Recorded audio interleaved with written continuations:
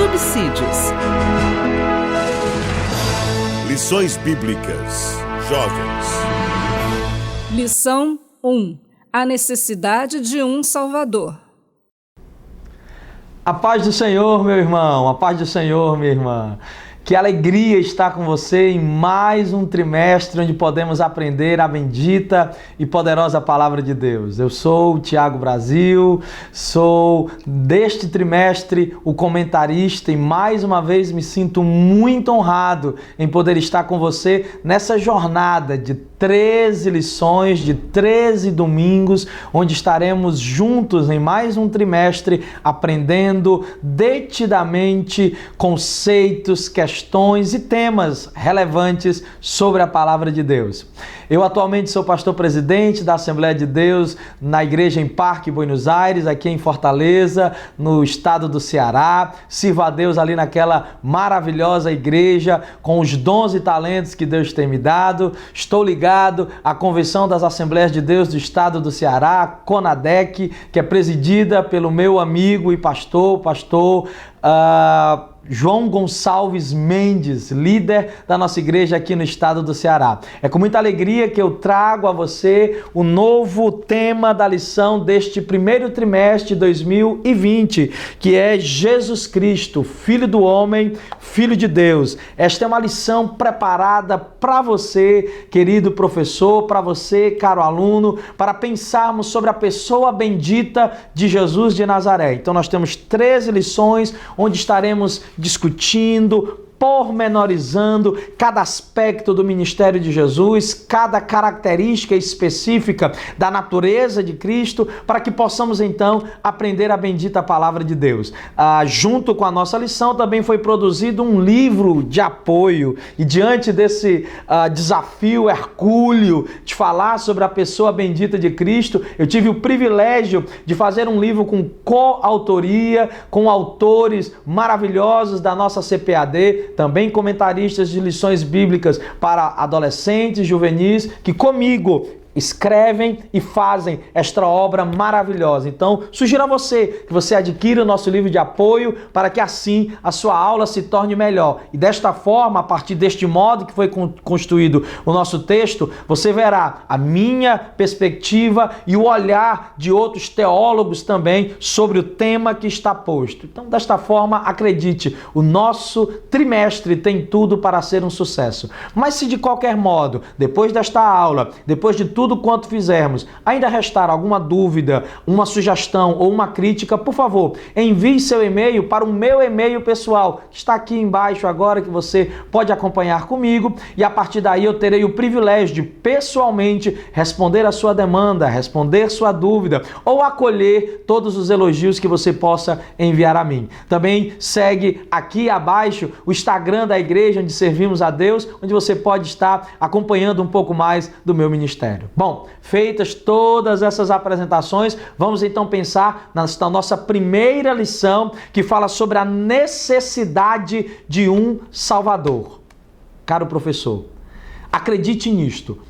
Tudo o que estaremos falando para o melhor desenvolvimento desta lição serve como elemento de inspiração, serve como caminho para auxiliar você. Em hipótese alguma, as sugestões e orientações pedagógicas, as interações que faremos aqui com vocês dominicalmente, são uma espécie de camisa de força, de trabalho engessado, em que você precisará necessariamente segui-las para o sucesso da sua lição. Não! Você conhece a sua igreja, você sabe o contexto dos seus jovens, você mais do que ninguém compreende os mecanismos e as estratégias que podem ser usadas para que a palavra de Deus acesse de uma maneira melhor aquilo que é a verdade ao coração do seu jovem. Por isso, fique tranquilo, o que faremos aqui serão sugestões, mas é você que é o professor que sem dúvida alguma faz a diferença todos os domingos. Bem, nós vamos então começar a nossa lição, a análise da nossa lição, com a sugestão que de fato você possa atender aos seus alunos nessa demanda inicial, fazendo-os o questionamento se eles conhecem quem é Jesus. Quem é Jesus para eles? O que é que significa o conceito de Filho de Deus? Se eles compreendem os vários títulos e nomes que Jesus tem. Faça uma espécie de tempestade de ideias. Escreva o nome Jesus em uma lousa, num quadro, ou se você não tiver, por exemplo, pelo menos numa cartolina, não tendo, fale o nome Jesus e peça aos seus alunos. Será que vocês... A que conceitos vocês conectam? Quais são as possibilidades de interligação que vocês têm com esse conceito, com este nome, com esta palavra chamada Jesus? E a partir daí inicie a sua aula, tendo como ponto de partida, como ponto inicial, aquilo que os seus alunos já trazem. Professor, não esqueça disso. A sua classe pode ser de um perfil jovem. Os seus alunos podem ser até pessoas com menos de 25 anos, gente que ainda está iniciando no curso da vida, mas eles já têm experiência, mas eles já têm uma visão de mundo, eles já possuem uma espécie de bagagem histórico-cultural que pode e deve ser utilizada por você para que a partir dela sirva-se de instrumento para iniciar as discussões em sua aula. Então, não prescinda, não esqueça, não ponha de lado a bagagem cultural e de experiência de seus alunos, mas utilize-as como plataforma, como trampolim para que você possa fazer uma boa aula. Deste modo, conhecendo bem os nossos alunos, nós poderemos, por exemplo, saber qual o nível da nossa aula. Talvez sua classe com seus jovens seja um conjunto de novos convertidos. Então o que você deverá fazer? Investir em um processo no qual haja, na verdade, um cuidado para tratar os temas de uma maneira mais delicada. Quem sabe a sua classe tem o privilégio de já ter teólogos, jovens pregadores, moças e rapazes comprometidos com o evangelho a um tal nível que você terá então a possibilidade de aprofundar ainda mais as verdades do Evangelho que se revelam através da palavra de Deus. Por isso, acredite nisso. A partir do contexto no qual você está, você poderá sim fazer algo de melhor para a sua aula, para a sua classe, para a sua turma. Nós vamos então agora pensar a partir dos nossos objetivos. A nossa lição, como todos os domingos haverá, tem 3 objetivos básicos. O primeiro objetivo de nossa lição é compreender os eventos narrados em Gênesis 1 e 3 como centrais para o entendimento de toda a Escritura. Ou seja, nós estamos partindo do pressuposto de que a necessidade de um Salvador revela-se na Escritura a partir dos primeiros 3 capítulos da Bíblia, com a narrativa da queda edênica, quando nós temos ali todo o aparato bíblico sendo mostrado por que o Salvador é necessário, por que a humanidade carece de um Salvador. Deste modo, e esse é um pressuposto hermenêutico da nossa aula, essa é uma linha de pensamento de toda essa lição. Se eu compreender a partir de Gênesis 1, 2, 3, que nós precisamos de um Salvador, toda a história da Bíblia, de Gênesis 4 até o último capítulo de Apocalipse, terá todo sentido a partir dessa perspectiva.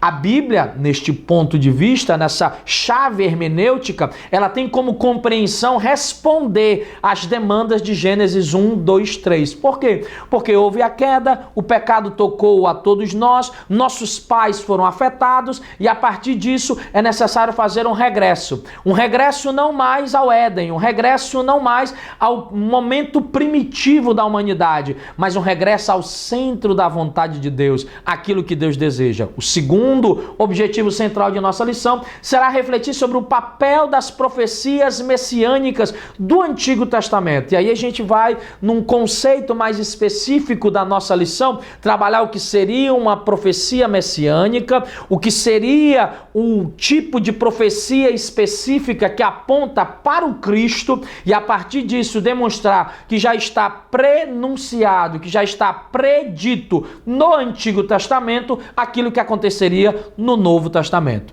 Professor, uma sugestão para esse segundo tópico de nossa lição é que você trabalhe com seus alunos o conhecimento deles acerca das profecias messiânicas. Faça um apanhado das profecias messiânicas que são indicadas na lição e outras que você pode juntar, e a partir disso comece a perguntar a seus alunos se eles conseguem perceber que estes textos que têm um contexto específico do Antigo Testamento, de algum modo, direto ou colateral, apontam para a pessoa bendita de Jesus de Nazaré, fazendo como uma profecia direta ou ainda como uma análise tipológica. Desta forma, você poderá enriquecer os seus alunos com o conhecimento do Antigo Testamento, demonstrando que o Novo Testamento é o cumprimento de profecias anunciadas ali no passado, 700, 500, 300 anos antes do nascimento de Cristo Jesus. Este é um modo de dar a seu aluno uma base de conhecimento sólido, que não esteja apenas lá no Novo Testamento, mas que se conecte e ligue com aquilo que é também o Antigo Testamento. O terceiro objetivo da nossa lição é identificar o nascimento de Jesus como um dos eventos centrais da história da humanidade. Ora, desse modo, o que a gente pode fazer? Você pode, querido professor, trabalhar a partir de um conceito central na sociedade ocidental. A ideia de que a história da humanidade se divide em antes de Cristo e depois de Cristo. Tomando isto, inclusive, como uma metáfora para dizer que se o mundo ocidental baliza sua história a partir do nascimento de Cristo, nós não podemos tomar esse evento como algo desprezível, mas pelo contrário, precisamos tê-lo como máxima importância para a história também das nossas vidas, daquilo que somos. Ora, caro professor, nesse ponto você pode fazer uma excelente associação entre a história do nascimento de Jesus e seus jovens. Quem sabe a sua classe de jovens, na sua igreja, haja a possibilidade de haver também jovens casais, ou haja, com certeza, jovens que estão noivos, estão prestes a casar. E aí você pode tomá-los como uma analogia, uma metáfora, para fazer uma associação com a história de José e Maria. Lembrando que era um casal de jovens, especialmente Maria, uma jovem que estava ali no começo de sua trajetória, no começo de sua vida, e que é tomada por uma notícia fabulosa, extremamente importante, mas também muito desafiadora. A notícia de que ela seria a mãe do Salvador. Faça essa associação com seus alunos. Pergunte a eles como eles se sentiriam se recebessem de Deus um desafio que mudaria a rota da vida deles, que mudaria a história completa da trajetória deles. Indague a seus alunos se eles teriam a capacidade de responder, como José respondeu ao chamado de Deus através de sonhos, e entendendo que, apesar de não compreender muito bem o que estava acontecendo, a vontade de Deus era o melhor para ele. Dessa forma, você conseguirá demonstrar que aquilo que José e Maria viveram há 2000 anos atrás pode sim estar muito perto das decisões, das dúvidas, das incertezas que seus alunos têm hoje. É para isso que serve a Escola Bíblica Dominical. Não para nós estudarmos de um modo científico, abstrato e descontextualizado a Bíblia. Não. A nossa escola bíblica é a melhor e a maior escola teológica da história da igreja moderna, por um simples sentido. Ela tem significado, ela tem conexão com a vida dos nossos alunos. É disso que nós precisamos. Caro professor, não permita que a sua aula se torne um deserto árido de discussões teoréticas que afastem as pessoas da presença dominicalmente da palavra de Deus, mas pelo contrário, que haja todos os domingos um debate sadio, conectado, próximo dos seus alunos, para que eles consigam então compreender o plano eterno de Deus através da pessoa bendita de Jesus de Nazaré. Se nós fizermos assim, nós não teremos apenas uma aula bem dada, nós teremos a palavra de Deus sendo transmitida ao coração de moças e rapazes que farão e que constituem já a nova geração da igreja neste tempo tão importante. Bom, e você pode dizer, mas de novo falaremos sobre Jesus, de novo mais uma temática sobre Jesus? Querido, pense sobre essa questão. Nós vivemos num tempo de pseudo-evangelhos. Nós vivemos num tempo em que existem por aí vários cristos fake. muita gente se dizendo Cristo e não sendo, muita gente se fazendo em nome de Cristo e não sendo em nome de Cristo de verdade. E o que nós precisamos então compreender é que cada vez mais estudar sobre a pessoa bendita de Jesus fará a diferença para uma nova geração de jovens que crescem nas nossas igrejas. Lembre-se disso. Hoje nós cantamos muito sobre Jesus. Hoje, cada vez mais, as canções falam sobre o Cristo. Mas a pergunta é, de fato nós o conhecemos? De fato os nossos jovens possuem uma experiência relacional com Jesus de Nazaré? Ou eles estão apenas envolvidos por emocionalismos?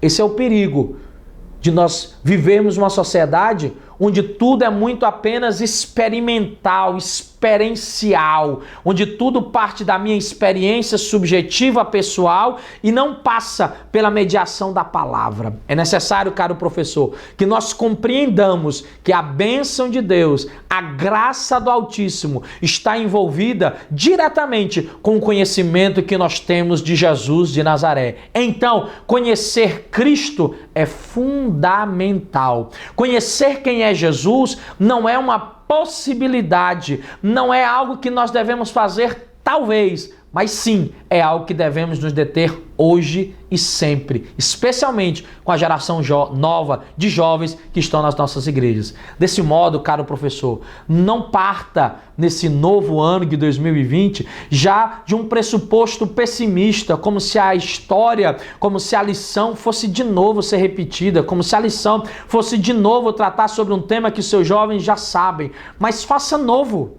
Faça de uma maneira nova, faça de um jeito que seus alunos compreendam nuances, aspectos, características diferentes de Jesus de Nazaré. As nossas aulas dominicalmente não precisam ser chatas ou monótonas. As nossas aulas devem ser, pelo contrário, dinâmicas, como dinâmicos são os nossos jovens. Para isso, o que nós precisamos fazer? Cada um de nós precisa conhecer o seu público, precisa, sem dúvida alguma, buscar estratégias, e é isso que nós faremos todos os domingos aqui, com sugestões de estratégias para vocês. E, acima de tudo, sem dúvida alguma, nós precisamos de preparo e oração. Nós precisamos de graça e conhecimento. Sim, eu acredito nisso. Eu acredito que estudar, ler, pesquisar, fazer cada vez mais apontamentos é extremamente necessário para uma boa aula. E juntamente com isso, você precisa orar. Nós precisamos orar, nós precisamos buscar a presença de Deus, acreditar que Ele é poderoso para responder às demandas dos nossos alunos, que dominicalmente nós estaremos nos encontrando com eles, não apenas para discutir questões técnicas, mas para falar sobre vida, para falar sobre comunhão, para falar sobre a graça e o amor de Deus que se revela todos os dias nas nossas vidas. Para tanto, a linha mestra, para tanto, o fio condutor nesses próximos 3 meses será a pessoa bendita de Jesus de Nazaré. Pensar sobre Jesus é pensar sobre a essência da nossa fé. A nossa fé precisa ser jesuânica, precisa ser uma fé centrada em Jesus. Nós não podemos ser daqueles que têm um coração centrado apenas na denominação, centrado apenas na religiosidade, mas nós precisamos conhecer o Cristo e o Cristo das Escrituras. O Cristo que foi acessível a nós a partir dos evangelhos, o Cristo que nós temos acesso a partir das nossas relações de oração e de comunhão com Ele dominicalmente. Então, caro professor, é disso que se trata esse trimestre. Se trata do fundamento da fé cristã. É isto que está em jogo, trazer os nossos jovens a um conhecimento mais elevado de Jesus de Nazaré. Nós não podemos continuar tratando a nossa juventude como se eles fossem um grupo de alienados, que basta a eles louvores, que basta a eles determinados eventos,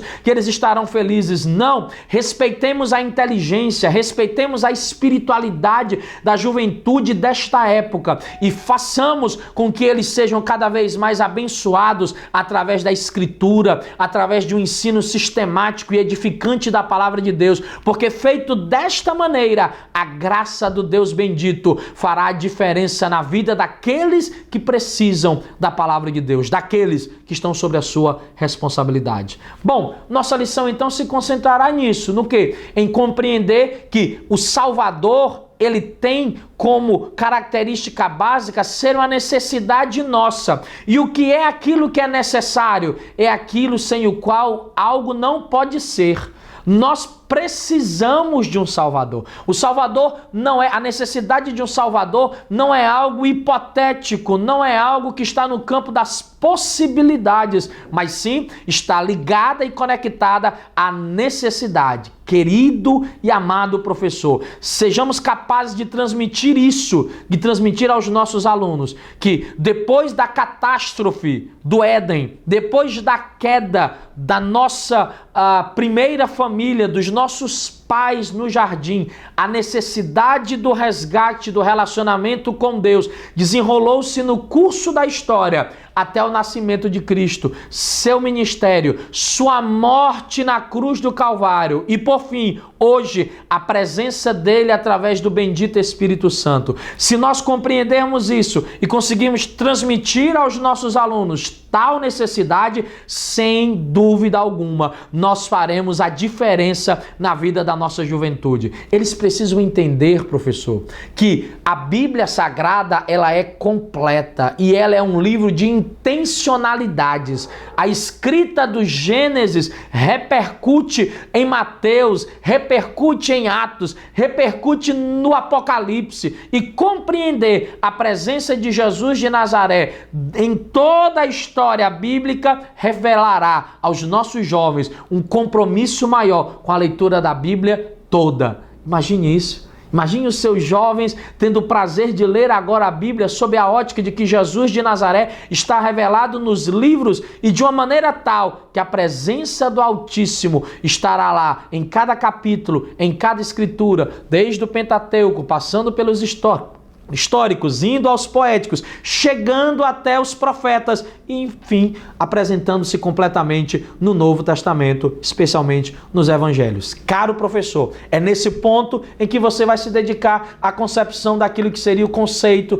de profecia messiânica. Fazer um apanhado das profecias do Antigo Testamento, entendendo que algumas delas, inclusive, de um modo geral, repercutem e apontam diretamente para outros personagens, para outros episódios, para outras questões que dizem respeito imediatamente ao contexto histórico daquela época, compreendendo que profecias em Isaías, profecias nos profetas menores, talvez tenham uma aplicação direta naquilo que seria o texto e o contexto daquele povo, daquelas pessoas imediatamente, mas que nós podemos fazer uma apropriação, por exemplo, de conceitos como o do servo do Senhor, que está revelado no livro do profeta Isaías, como a ideia de que esse conceito que diz respeito às profecias do livro de Isaías apontam também de um modo específico para a pessoa bendita de Jesus de Nazaré. Tanto é que o próprio Cristo no Novo Testamento faz citação do cumprimento de tais profecias. Então, um ótimo exercício é esse, professor.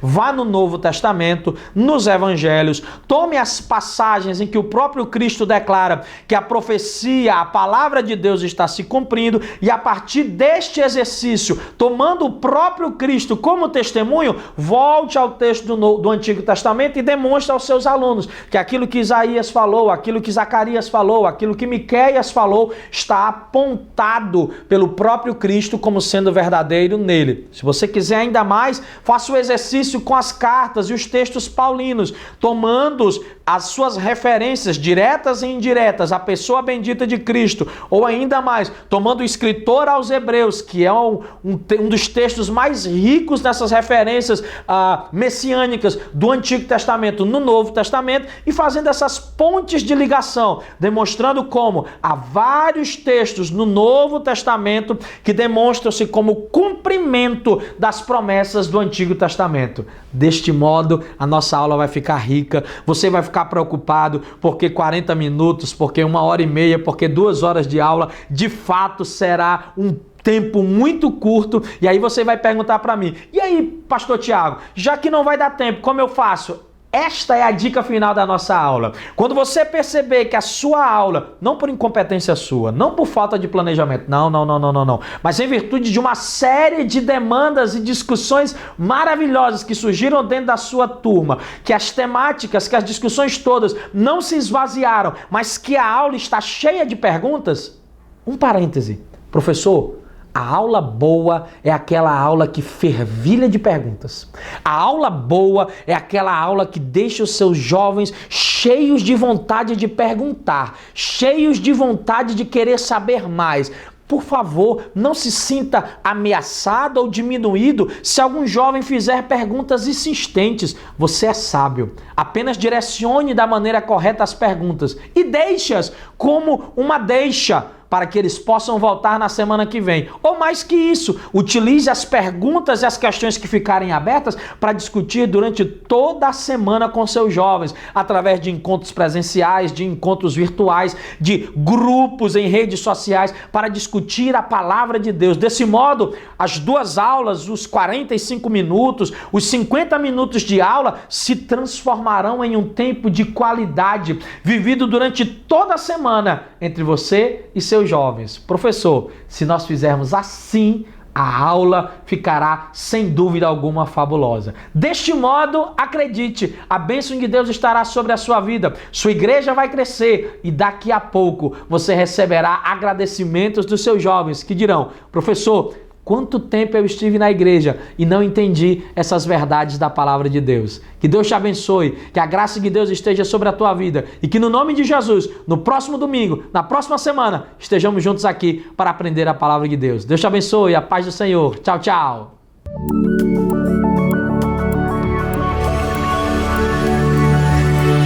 CPAD, a editora da Escola Dominical.